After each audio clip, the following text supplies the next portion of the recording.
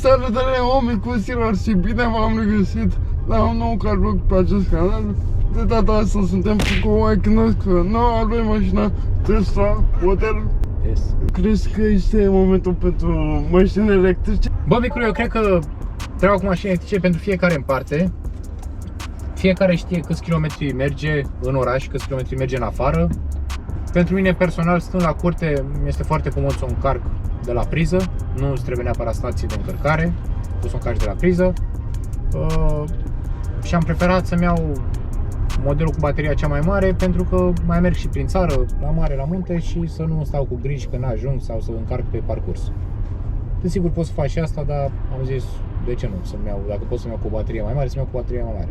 Dacă aș fi stat numai în oraș și concedii aș fi făcut pe afară cu avionul, credem că mi-aș fi luat o mașină mult mai mică, nu știu, Nissan Leaf, are un preț mult mai accesibil și are și autonomie de 200 km, deci pentru oraș, de zi cu zi, este foarte bună. Bă, mie îmi place Tesla, îmi place foarte mult, dar dacă ar fi după mine, bă, nu poți să ai doar Tesla, o singură mașină. Ar trebui să mai ieși pe lângă Tesla. Pe de și ce? o mașină pe... Păi de ce? Uite, vezi, asta e mitul. De ce să faci așa ceva?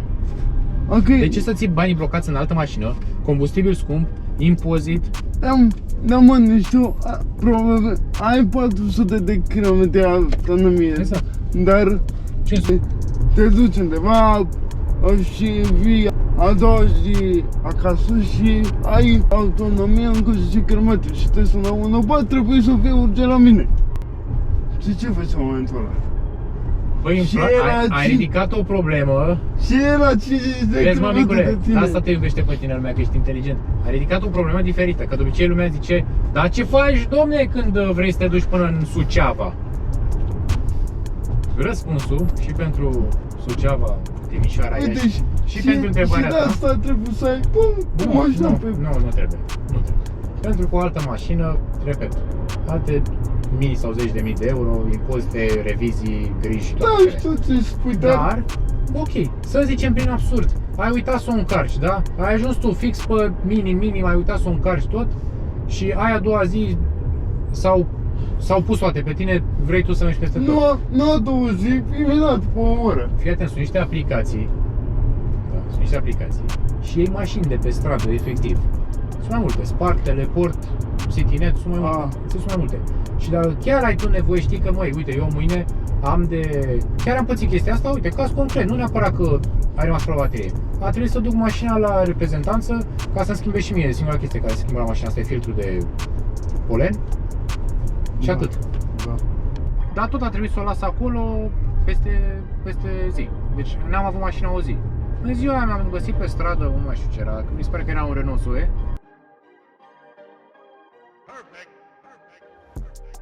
Și să faci treaba. Ce preferi mai mult? Să plătești de doar bani 500 de lei sau să blochezi 10.000 de euro într-o mașină? Haide, mă, mamă! Facem un 0-100? Facem un 0-100. Hai! Așa! Respiră, Nicole, respiră. Mamă, ce mă, asta, mă, frate, o să mă bătă, mamă. Ia zi, GTR-ul ăla se simțea la fel? Habar n-am. Deci, Nu acum... Și de ce nu se simte la fel? De ce am observat eu? Pentru că la o mașină care are 500, 600, 700 de cai se și aude cumva. Păi da, și cumva ești pregătit de ce urmează. Se aude și ești pregătit și... Aici e liniște. Și toată mai e liniște, ți aude doar Bă, da, să fiu sincer cu tine, parcă mai bine s-a dus de la 70 până la 110 decât 0. Parcă mi-a dat un feeling mai bun. făcut și puțin stânga-dreapta, probabil, da, pentru fiecare, dar e ce trebuie. Dar nu aveam... Haide, mă, nu, stai așa. Deci toate concepțiile astea greșite despre mașina electrică, că ce faci dacă, odată ce ai o mașină electrică, indiferent de câți cai are sau ce autonomie are, o să vezi că sunt doar niște vorbe astea. Nu reprezintă realitatea. Ce plusul și minusul ale acestor mașini? Ok, asta sunt plusul. Contează foarte mult pe nevoile tale. Știi, să se muleze pe nevoile tale. Și atunci va fi o mașină ok.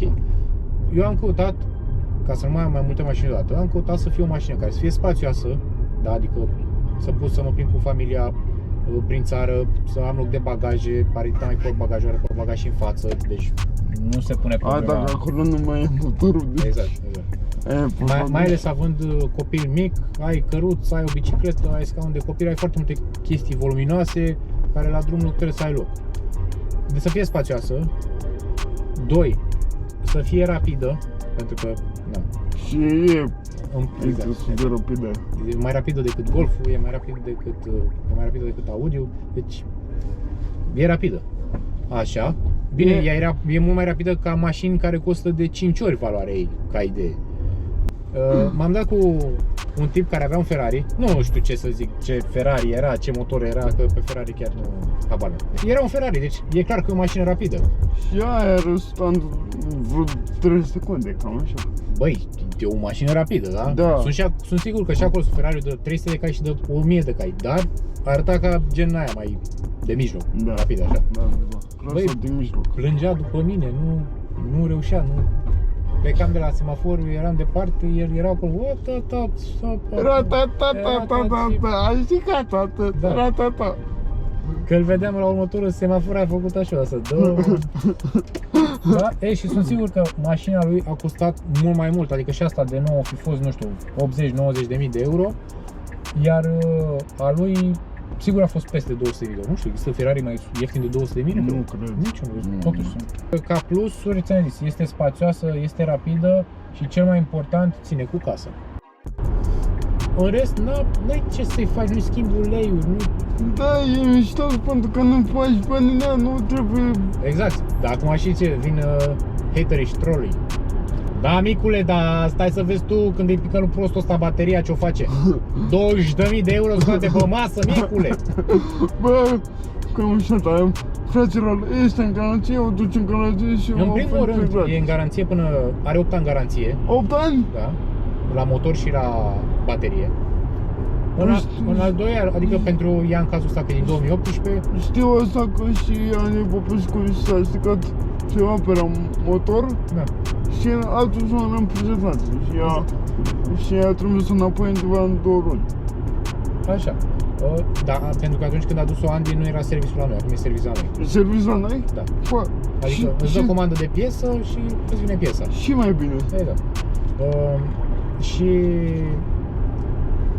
e în garanție până în 2026. Sunt sigur că până atunci o să apară tot felul de serviciuri și băieți deștepți care o să știe să umble la tipul ăsta de baterii. De exemplu, apăruse pe net o chestie, tot se strica bateria de la Model X, mi se pare, sau chiar de la Model S. Și în reprezentanță normal, ca orice reprezentant, zicea schimbă. Era $20.000 bateria, setul de baterie. 20.000? Da. Dar au descoperit niște băieți deștepți că era de la o piesă care era $20, se schimba piesa și funcționa în continuare. Când am fost la reprezentanță, i-am rugat să-mi verifice starea bateriei. Și se pare că ea în 4 ani și 160.000 de kilometri, nu știu câte cicluri de încărcare a avut, dar în ăștia 4 ani și 160.000 de kilometri, i-a scăzut randamentul bateriei cu 1,3%. Ce? Atât de puțin? Da, și oricum, altă chestie care își bate lumea capul, de chestiile astea de procentaje super mici. Băi, ăla 1%, gata, uite, l-am pupat. Bă, de la 100, mă. Da. Deci l-am pupat acum. N-are rost să-ți bagi capul când ții o mașină electrică. Gândește-te pe ala bă, cam cât ar duce aproximativ?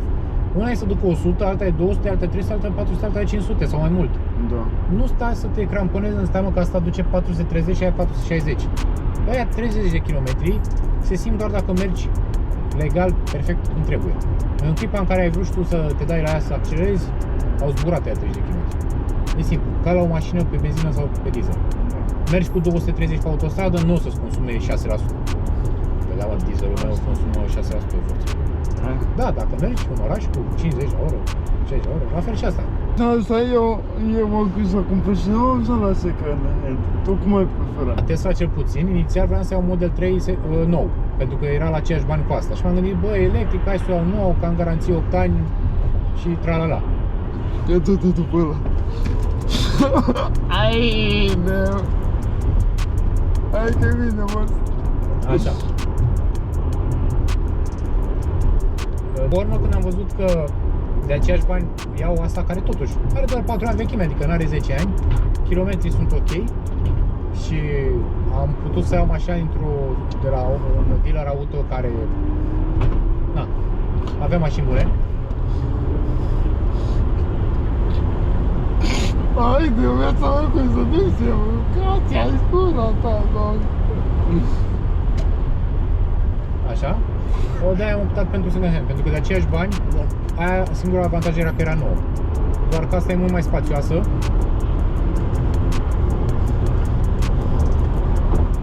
Bă, am o întrebare pentru tine, deci nu ți-e dor de mașinile pe benzină, pe motorină, să am văzut tu zgomotul E ratata și popcorn. Evacuare, ratata, popcorn, dar nu ți-e dor? Bă, da, nu zic nu, dar uite, când am avut Golful, care totuși măcar era o mașină pe care mă bazam, pornea la orice oră, înainte avusesem... Hai că până dacă înainte aveam E36.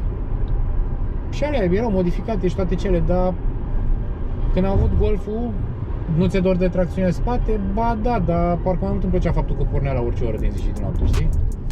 Pe urmă, când am luat electrică, dar nu ți-e dor de zgomot? Ba da, dar apreciez și liniștea asta, că de-aia aveam și cut-off la tobă, ca atunci când merg mai mult cu mașina să pot să mă aud. Da.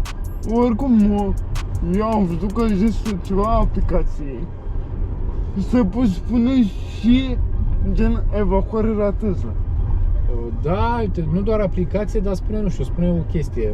Adi Popescu am văzut care. Păi da, la el am văzut asta. Exact, o chestie care spune în portbagaj, cred că e ca o boxă pe care o reglezi din aplicație. Păi micuțul are cam ăsta. A venit ambulanța pe tine, micuie. Da, a venit să-mi ia.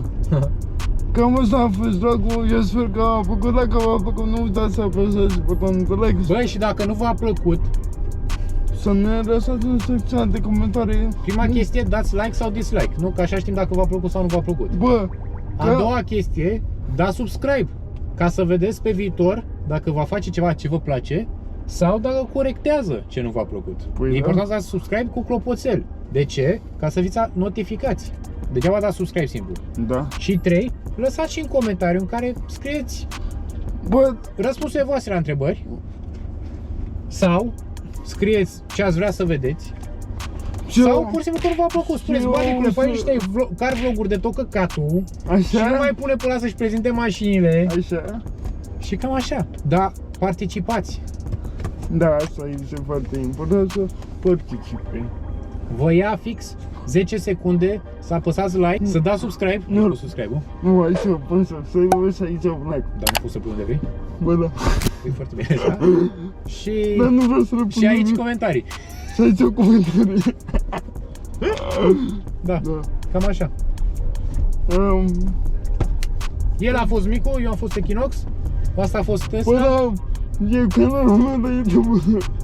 Ce e canalul tău? Lasă-mă să vorbesc. Lasă-mă să vorbesc. Păi zile, oamenilor!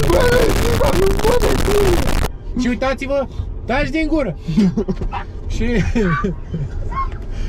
am făcut hijack, băieți, pe canalul lui Micu, gata. Să-mi prezint mărciu.